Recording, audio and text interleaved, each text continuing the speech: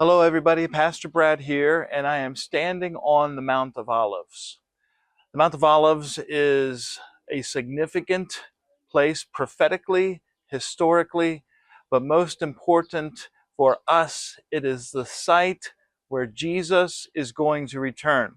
Zechariah 14:4 tells us that this is the spot that Jesus will return. And according to Acts 1:11, this is also the place where he made his ascension. So not far from here, right in this general area, Jesus ascended to heaven, and as the angels promised, he will return the same way he came.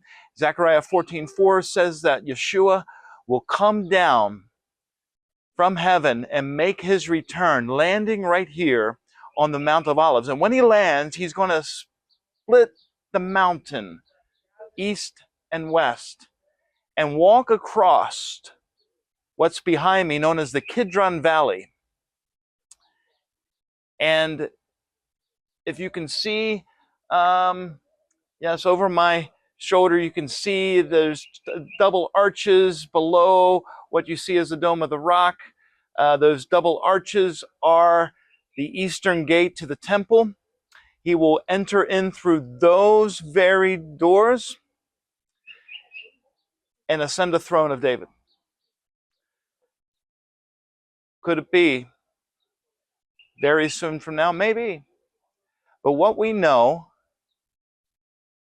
from what the Bible tells us, from what prophecy tells us, that all these things are getting ready to take place. God's plan is unfolding in the world around us. It is happening like we have never seen before, as foreshadows and convergences of prophecies are taking place right now for the return of the King on this mountain. And what a glorious day that will be. And you know what the Bible says is that every eye will see him. It will not be a mystery. Every eye will see him come to this very spot. And it's not going to be in New York. It's not going to be Washington, D.C. It's not going to be in Rome or anywhere else. It's going to be here on the Mount of Olives. And not too far from me, I can see it over my shoulder, is also a place of significance. It's called the Garden of Gethsemane.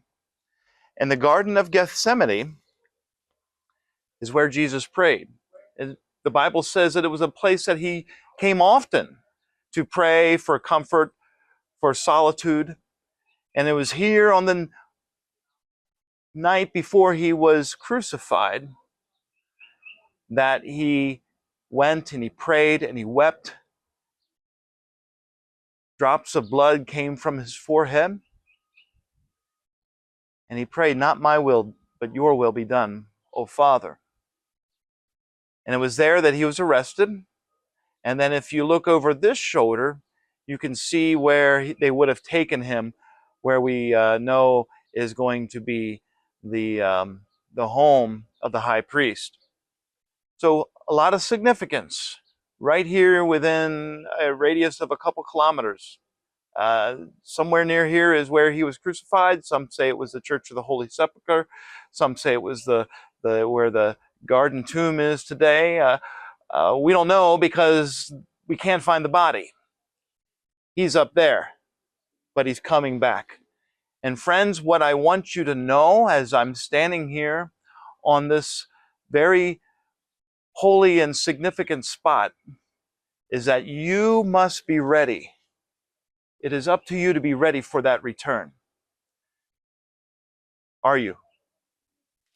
We'll talk to you soon. God bless. Shalom.